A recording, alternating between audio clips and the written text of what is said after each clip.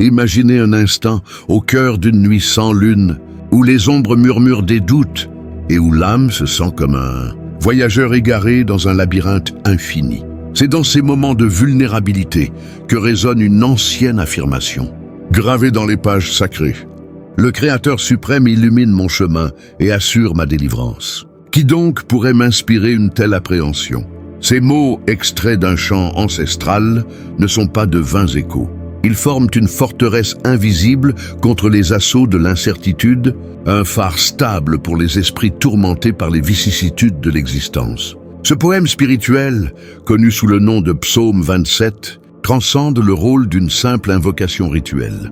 Il incarne une rébellion audacieuse contre les chaînes de l'angoisse, un sanctuaire intérieur pour ceux qui ploient sous le poids des épreuves quotidiennes. Avez-vous déjà pris le temps, au lever du soleil, de laisser une assurance divine imprégner votre conscience, repoussant les nuages de l'inquiétude et les ombres des conflits intimes? Permettez-moi de vous guider à travers les profondeurs de ce texte, en explorant comment il peut remodeler fondamentalement votre approche de l'existence, de la méditation et des défis qui jalonnent le parcours humain. Poursuivez cette réflexion jusqu'à son terme, car une invocation transformative vous y attend, capable de marquer un virage décisif dans votre voyage intérieur. Si ces idées éveillent déjà une résonance en vous, exprimez-le en marquant votre accord et en rejoignant la communauté des chercheurs de vérité pour d'autres insights enrichissants. Partagez dans les espaces dédiés une phrase comme « Le divin illumine mon sentier » pour affirmer ouvertement votre conviction. À présent, ouvrez votre esprit, car une voix éternelle aspire à dialoguer avec vous. Ce passage poétique est traditionnellement lié à une figure historique nommée David, un leader dont le parcours fut semé d'affrontements acharnés, de déloyauté cruelle, d'exil forcé et de chagrin profond, et pourtant soutenu par une conviction inébranlable. Il semble avoir été composé lors d'une phase d'intense adversité, peut-être pendant une fuite devant des persécuteurs acharnés. Au lieu de succomber à la terreur rampante, l'auteur affirme avec une assurance inébranlable « Le Créateur est mon guide lumineux et ma source de sauvetage ». Il ne priorise pas une échappatoire immédiate, mais aspire avant tout à une proximité divine. Il ne quémande pas une armure physique, mais exprime le désir ardent de résider dans le domaine sacré du Tout-Puissant, absorbant sa splendeur ineffable. Voici le cœur du mystère. Ce chant n'offre pas une recette enchantée pour éluder les tourments. Il dévoile une perspective sur la façon dont un être connecté au sacré navigue les orages de la vie, non pas figé par l'effroi, mais ancré dans une sérénité profonde. Le Christ, dans les récits évangéliques, incarne cette même attitude résolue.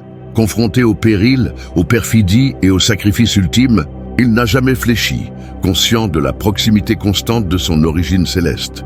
De la même manière, ce psaume nous exhorte à proclamer, quelles que soient les apparences, les rumeurs ou les sensations intérieures, je m'appuie sur la guidance divine.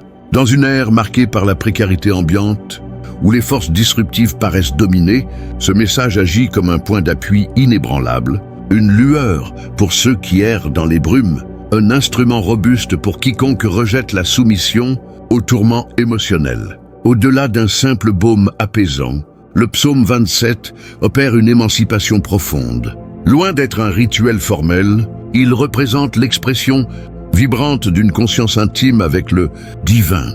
Pour ceux qui l'intériorisent, avec une ouverture sincère, il met en lumière une réalité capable de déraciner les fondations de l'appréhension et d'élever l'essence humaine vers une assurance inébranlable.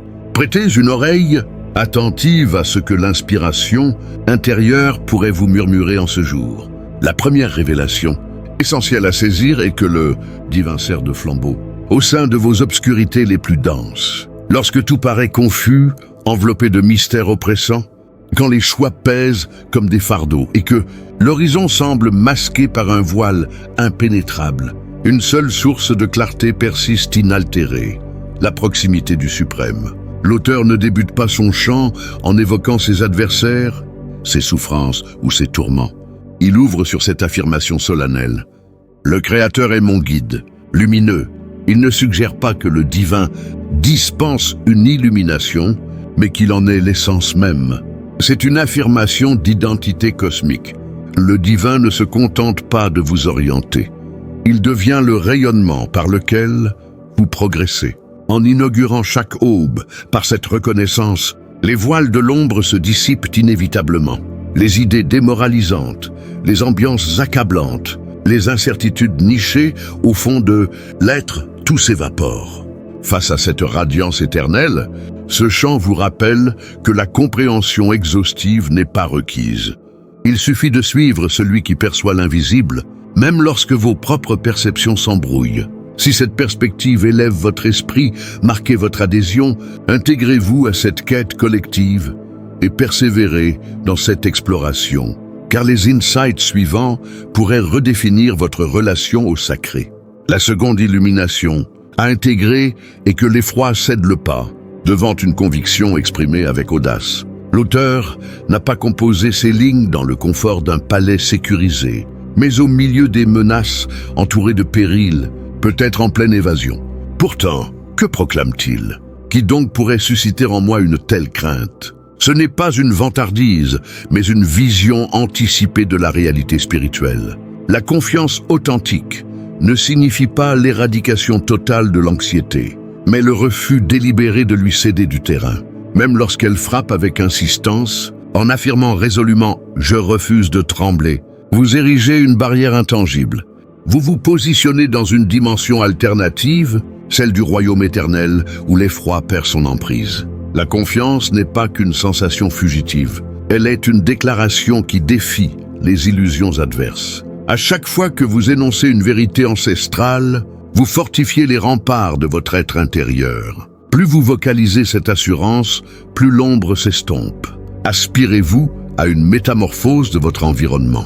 Initiez chaque aurore par une affirmation de sérénité. Libérez votre voix, annoncez le triomphe. C'est ainsi que l'auteur a surmonté ses antagonistes les plus féroces, et par le biais de ses énoncés chargés de puissance. La troisième leçon à imprimer dans votre conscience est que la proximité divine surpasse toutes les conquêtes tangibles.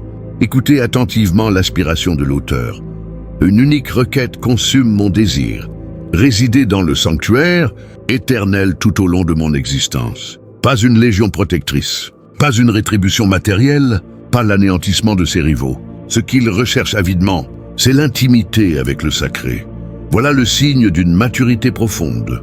Dans un univers obsédé par les gratifications palpables, les authentiques contemplateurs priorisent la contemplation du divin. L'auteur comprenait que la quiétude authentique ne découle pas de l'absence de conflit, mais de la conscience aiguë que le suprême est présent, enveloppant, soutenant. Et vous, qu'aspirez-vous à obtenir dans vos moments de recueillement? Une résolution extérieure ou une immersion dans cette essence? Un ajustement superficiel ou une renaissance intime? Ce chant vous convie à réorienter votre quête. Le divin n'est pas un dispensateur automatique de prodiges. Il est votre origine aimante et son domaine est votre havre de repos. Une fois cette vérité assimilée même au sein du tumulte, votre essence demeure sereine car vous habitez déjà auprès de l'architecte de l'univers. La quatrième insight à adopter est que le havre intérieur émerge de la méditation contemplative, non de l'agitation frénétique. L'auteur ne se contente pas d'exprimer son désir de séjourner dans le domaine divin. Il en précise l'intention pour absorber sa magnificence. Cette expression regorge de profondeur. Absorber n'équivaut pas à un regard fugace. C'est une immersion prolongée, une rumination, une délectation de l'essence, sacrée jusqu'à saturation de l'âme, par une harmonie transcendante. Trop d'individus spirituels confondent l'effervescence activiste avec une dévotion authentique. Ils enchaînent les rassemblements, les invocations, les rituels, sans jamais s'accorder un instant pour s'imprégner. Pourtant, c'est dans le calme imprégné de présence que le sacré communique le plus intensément. C'est dans l'hommage muet que l'âme se régénère. Absorber la splendeur divine, c'est s'extraire du chaos ambiant et plonger dans une tranquillité inaliénable. Vous cherchez un abri contre les projectiles invisibles de l'existence. Cultivez l'art de la pause, du silence, de la fixation intérieure sur la majesté du Créateur. Là réside une robustesse que nul ne peut ébranler. La cinquième perspective, à embrasser, est que vos antagonistes peuvent s'effondrer sans que vous n'interveniez directement. L'auteur l'énonce avec clarté. Lorsque des forces hostiles s'approchent pour me consumer, ce sont elles qui vacillent et s'écroulent. Observez le subtil mécanisme. Il n'attribue pas la chute à ses propres efforts, mais à une dynamique supérieure, car la bienveillance céleste opère discrètement, sans fanfare, avec une souveraineté absolue. Lorsque vous êtes en harmonie avec le suprême, nul besoin de manigancer, de riposter ou de s'engager dans des luttes mondaines. Votre part est de persévérer dans la confiance. C'est le divin qui mène le combat en votre faveur. Souvent, les mécanismes divins échappent à votre vue. Soudain, un obstacle insurmontable s'effrite, une opportunité inattendue surgit. Une machination se retourne contre son instigateur. Vous réalisez alors que ce n'est ni votre astuce, ni votre vigueur, mais l'intervention discrète du sacré. Ce chant vous enseigne à ne pas céder à la panique face aux contrariétés. Ce que le divin sauvegarde demeure intact. Ce qu'il favorise, aucune malveillance ne peut l'entacher. La sixième illumination à recevoir est que, même si les soutiens terrestres s'évanouissent, le divin vous accueille inconditionnellement. Un verset poignant capture cette essence. Même si mes géniteurs me délaissent, le Créateur m'embrassera. Certains parmi vous ont enduré les déchirures familiales, les désertions affectives, l'isolement poignant. Vous avez subi le rejet, l'oubli, l'indifférence, et ces cicatrices saignent encore dans les recoins secrets de l'âme. Pourtant, retenez ceci, même si les attaches les plus fondamentales se rompent, le sacré ne se détourne jamais. Il vous recueille, vous serre contre son essence, efface vos pleurs. Vous n'êtes pas isolé, vous ne l'avez jamais été. Le divin de l'auteur est également le vôtre, et il ne contemple pas vos pertes, mais les édifices qu'il érigera avec vous. Ce chant est une assurance de renouvellement, de cicatrisation, d'intégration cosmique. Il s'adresse à ceux dont l'identité a été ébranlée. Le sacré aspire à vous rappeler aujourd'hui, vous m'appartenez, et je ne vous délaisserai point. Élevez donc votre regard. Ce que les mortels ont démoli, l'origine éternelle peut le rebâtir avec magnificence. La septième leçon à ancrer en vous est que l'anticipation positive constitue une énergie spirituelle qui attire le succès. Le chant culmine sur cette invitation exaltante. Place ton attente dans le Créateur. Affermis-toi et que ton intérieur se consolide. Percevez-vous cela? L'anticipation n'est pas un vœu passif. C'est une vitalité intime, une orientation vers les hauteurs, une assurance résolue que, même si les transformations tardent, le sacré œuvre en coulisses. Trop de voyageurs spirituels capitulent juste avant l'éclosion. Ils chancellent, dubitent, s'épuisent, faute d'avoir nourri cette anticipation. Pourtant, l'auteur commande, anticipe. C'est une directive, une attitude, un mode d'être. Aspirez-vous à contempler la majesté divine. Interdisez à votre essence de s'effondrer. Dialoguez avec elle, stimulez-la. Susurrez à votre âme. Anticipez encore, c'est cette anticipation vivifiante qui vous stabilisera lorsque tout semble irrémédiablement perdu. C'est elle qui alimentera votre conviction quand les invocations paraissent inaudibles. Et c'est elle, cette espérance dynamique, qui magnétise l'intervention divine au moment opportun pour matérialiser les engagements éternels. Vous venez d'assimiler ces principes fondamentaux. Mais enfouis dans les replis de ce psaume se trouvent des insights plus nuancés, réservés à ceux qui s'attardent avec patience et profondeur sur les textes sacrés. Ce sont des joyaux dissimulés, des mécanismes spirituels que le sacré dévoile aux âmes persévérantes. Explorons 5 de ces perles cachées dans ce chant puissant. Premièrement, ce poème met en lumière la rigueur intime d'une conscience centrée sur le divin. Ce n'est pas un hurlement de désarroi, mais une supplication structurée, ciblée, alignée. L'auteur ne divague pas. Il sait précisément ce qu'il implore. Une unique aspiration consume son être. Combien de nos invocations sont-elles brouillées par l'hésitation, l'angoisse refoulée, la dispersion? Pourtant, ici se révèle un arcane de la vitalité spirituelle, la netteté du désir. Il ne poursuit pas une myriade de faveurs. Il vise l'essentiel, l'optimal, s'immerger dans l'essence divine. Cette focalisation ancrée dans la confiance génère une autorité cosmique qui ébranle les opposants. Plus votre être est fragmenté, plus votre assurance s'affaiblit. Plus il est unifié, plus votre invocation devient un brasier. Si vous souhaitez contempler l'action divine avec intensité, cultiver des supplications précises, une conviction dirigée, une aspiration singulière, ce chant vous convie à épurer votre quête intérieure. Sollicitez l'essentiel et le sacré complétera l'ensemble. Deuxièmement, ce psaume expose une tactique intérieure contre l'agitation mentale, l'anticipation de la libération avant sa manifestation tangible. L'auteur ne se contente pas d'affirmer que le divin le préservera, il précise le cadre dans son sanctuaire. Il ne conjecture pas une panique face aux assauts, il visionne leur échec. Cette confiance est visionnaire, elle s'exprime au présent comme si le triomphe était déjà scellé. Voilà un fondement majeur de la progression spirituelle. Vous ne pouvez attendre la délivrance pour adhérer. Adhérer, proclamer et observer. Le Christ lui-même enseignait « adhère seulement ». Ce chant en est l'écho. Il vous guide à articuler comme si l'harmonie régnait déjà, à vous tenir comme si le soutien céleste était en marche, à progresser comme si l'engagement était accompli. C'est cette adhésion qui renverse les obstacles insurmontables. Ce n'est pas une chimère. C'est une reliance sur celui qui orchestre votre destinée. L'inspiration vous exhorte aujourd'hui à métamorphoser votre discours. N'exprimez plus « j'espère une amélioration ». Affirmez « je sais que le sacré opère ». N'articulez plus « j'appréhende l'avenir ». Déclarez « le Créateur est mon sanctuaire, rien ne m'ébranle ». Troisièmement, ce psaume dévoile que la lutte la plus ardue se déroule non pas dans le monde extérieur, mais dans les abysses intimes. Lorsque l'auteur évoque « lorsque tu invites, cherche mon visage », il illustre un appel divin personnel. Immédiatement après, il répond « Mon être intérieur te répond, je quête ton visage, ô Éternel ». Cette formulation, apparemment anodine, renferme une mécanique spirituelle vitale.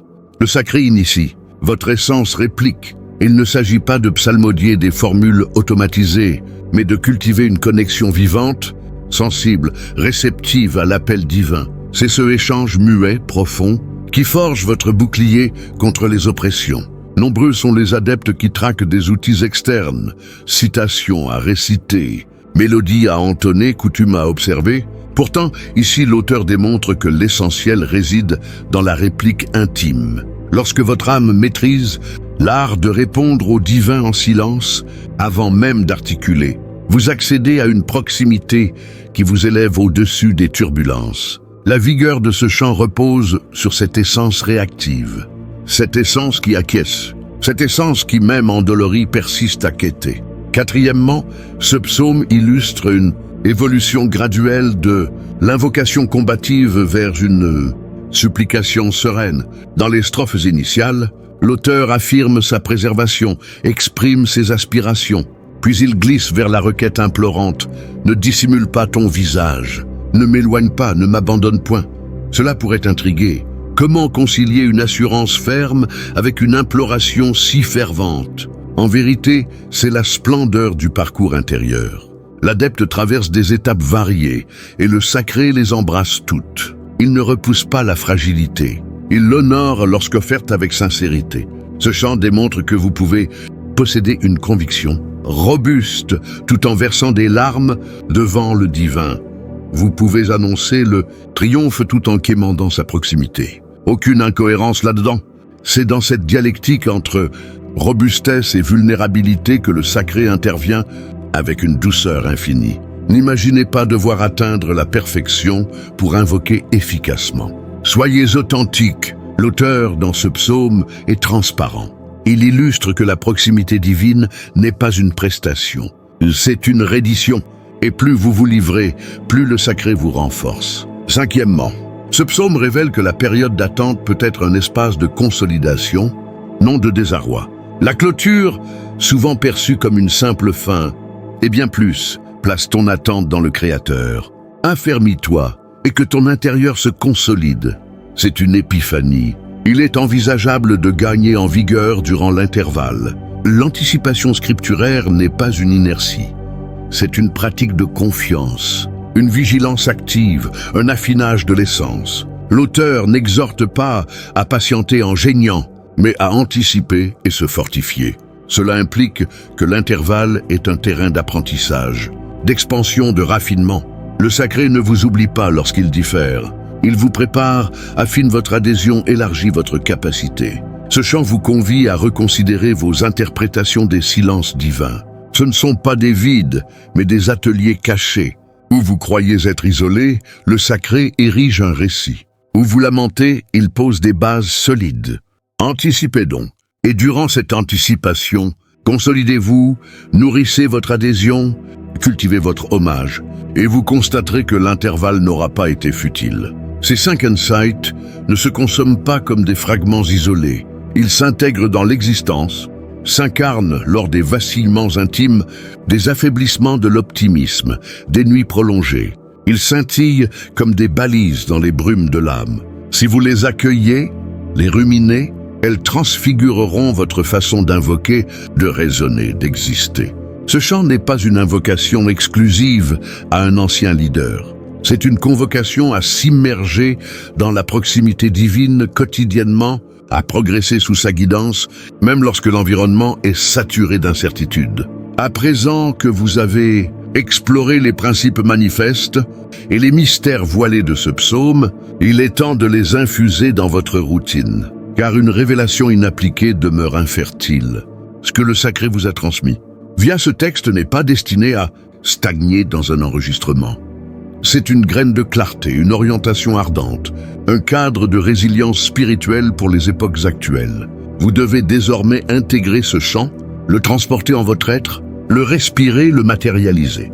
Premièrement, inaugurez chaque cycle diurne en énonçant ce psaume oralement. Ce n'est pas une litanie automatique, mais une affirmation visionnaire. À l'aube, quand les incertitudes persistent, quand l'épuisement oppresse, quand la conscience est obstruée par les préoccupations, libérez votre voix et affirmez « Le Créateur illumine mon parcours et assure ma préservation. Qui donc m'intimiderait ?» Vous ne verbalisez pas pour vous auto-convaincre. Vous verbalisez pour générer une ambiance triomphante avant toute confrontation. Adoptez cette pratique quotidiennement, même sans inclination. C'est dans cette persévérance que votre conscience se discipline et que votre essence refuse la domination émotionnelle. Deuxièmement, gravez ce chant dans les replis de votre être, non sur un support matériel. Intériorisez-le, contemplez chaque segment. Sélectionnez une portion par jour si requis et sollicitez l'inspiration divine pour en dévoiler la pertinence personnelle, ici et maintenant. Quand l'auteur évoque l'absorption de la magnificence divine, qu'implique-t-elle dans votre cadence quotidienne, dans vos liens affectifs, dans votre solitude? Lorsque vous lisez sur l'accueil divin malgré les désertions parentales, comment cela effleure-t-il vos cicatrices enfouies? Ne percevez pas ce psaume comme un artefact antique. Considérez-le comme une missive intime de l'origine à son rejeton. Chaque terme est disposé pour vous orienter. Invoquez avec ces termes, épanchez-vous avec eux, célébrez avec eux, et votre intérieur se transfigurera. Troisièmement, réinventez votre pratique invocatoire. Nombreux adeptes invoquent dans la précipitation la désorganisation. Pourtant, l'auteur modélise un tempo alternatif. L'attente sereine, l'absorption, la requête modeste mais assurée. Intégrez dans vos sessions de recueillement cette orientation intime. Je quête ton visage. Ô Éternel, n'approchez pas le sacré uniquement pour solliciter des résolutions. Approchez pour le contempler, pour l'apprécier, pour vous immerger dans sa essence sans hâte, sans contrainte. Apprenez à vous asseoir, à vous taire, à inspirer dans sa radiance. Les restaurations surviennent non par les énoncés, mais par l'immersion. Des poids s'allègent sans clameur, simplement par l'enveloppement dans l'harmonie du Père. Ce chant devient votre archétype, une invocation naissant d'une âme, privilégiant la connexion profonde sur l'effervescence. Quatrièmement, rejetez désormais une existence dictée par les fluctuations émotionnelles. L'auteur avait d'innombrables motifs pour capituler devant l'effroi. Rivaux implacables, perfidie, pièges tendus. Pourtant, il opte pour proclamer l'essence divine plutôt que réitérer les manigances adverses. Vous devez adopter cette même option lorsque l'aube vous trouve accablé. Quand les tensions s'accumulent, quand les réponses tardent, alignez-vous sur la véracité scripturaire. Ce n'est pas une autosuggestion, c'est un geste de confiance. Exhortez votre essence, anticipe dans le Créateur. Même sans sensation palpable, même sans mouvement visible, même au cœur de la bourrasque, vous n'êtes pas destiné à une existence ordinaire.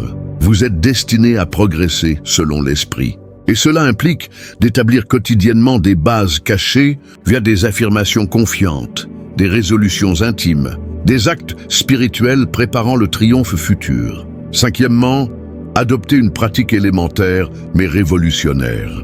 À chaque montée d'appréhension, immobilisez-vous, fermez les paupières et murmurez intérieurement.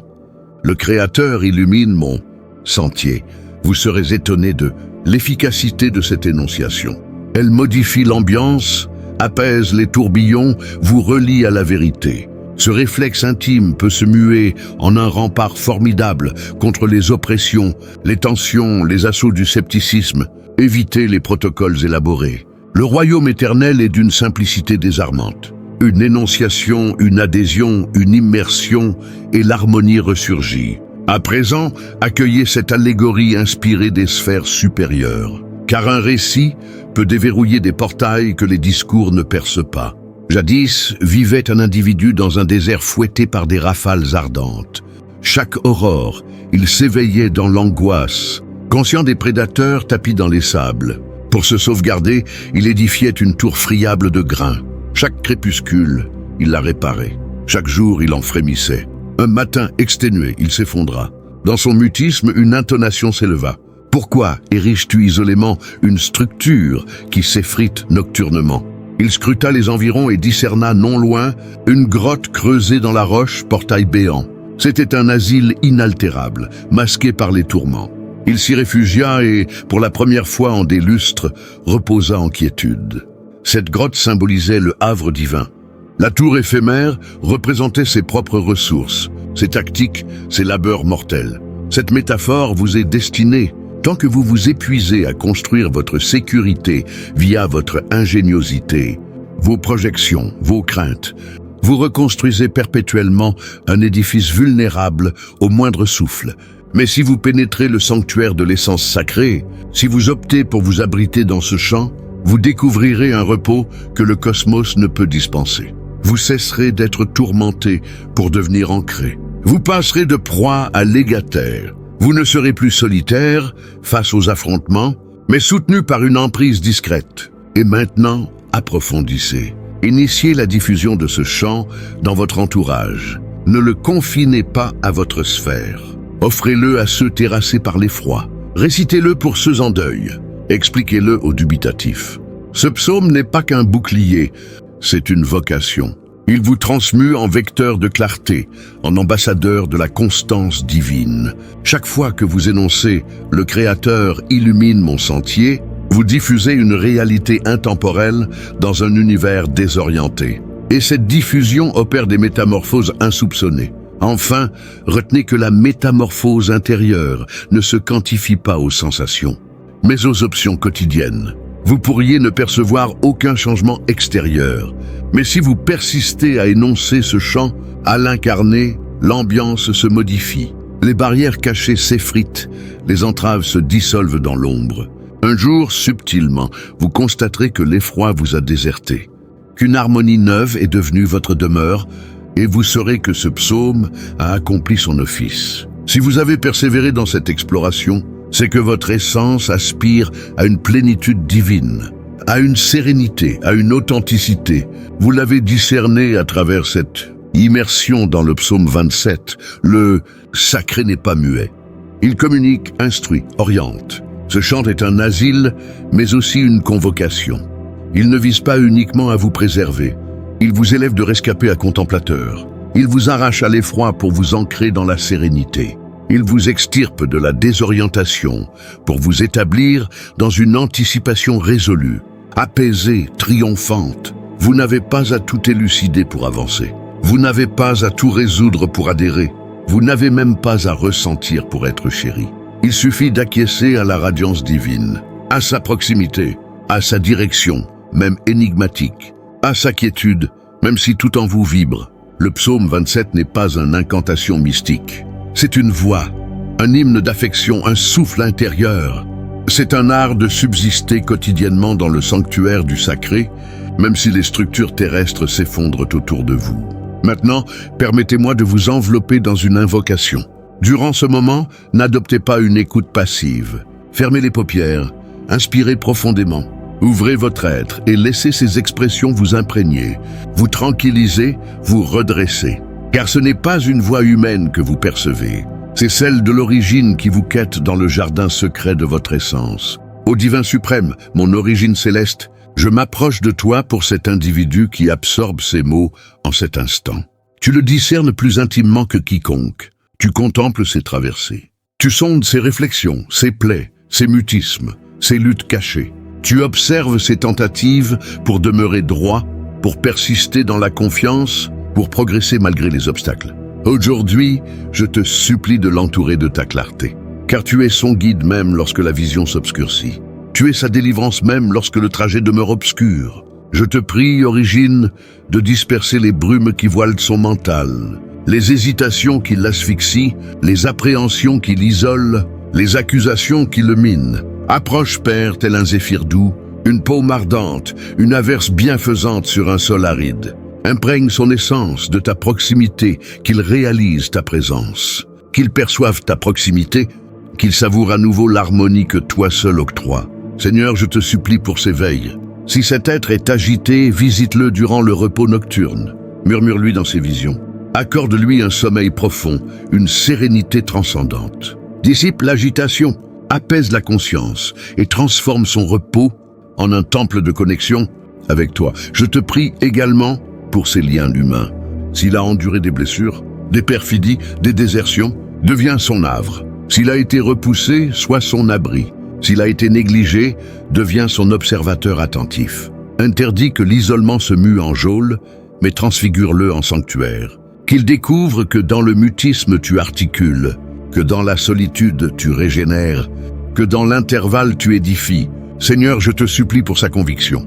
Peut-être est-elle épuisée, peut-être chancelle-t-elle, mais aujourd'hui, renouvelle-la.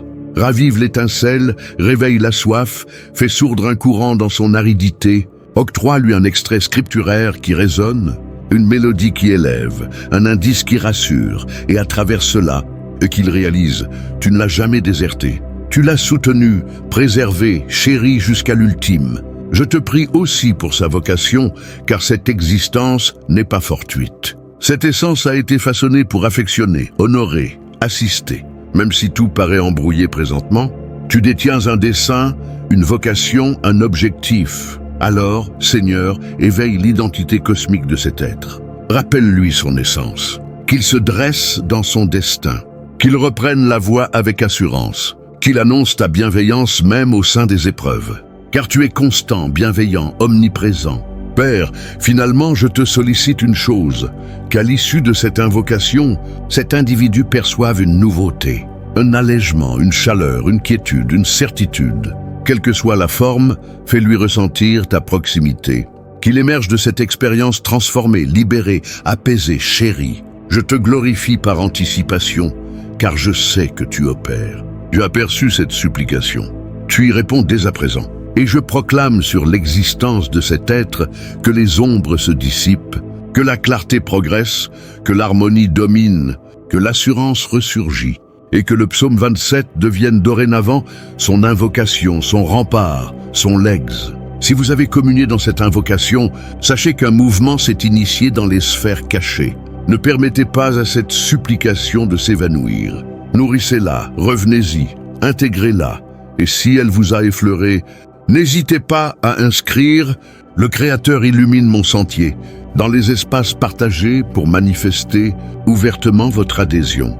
Cela pourrait constituer votre récit, votre geste de confiance, votre appel collectif. N'omettez pas d'intégrer cette source de vérité si ce n'est déjà fait, et marquez votre soutien pour permettre à d'autres âmes en quête de la découvrir.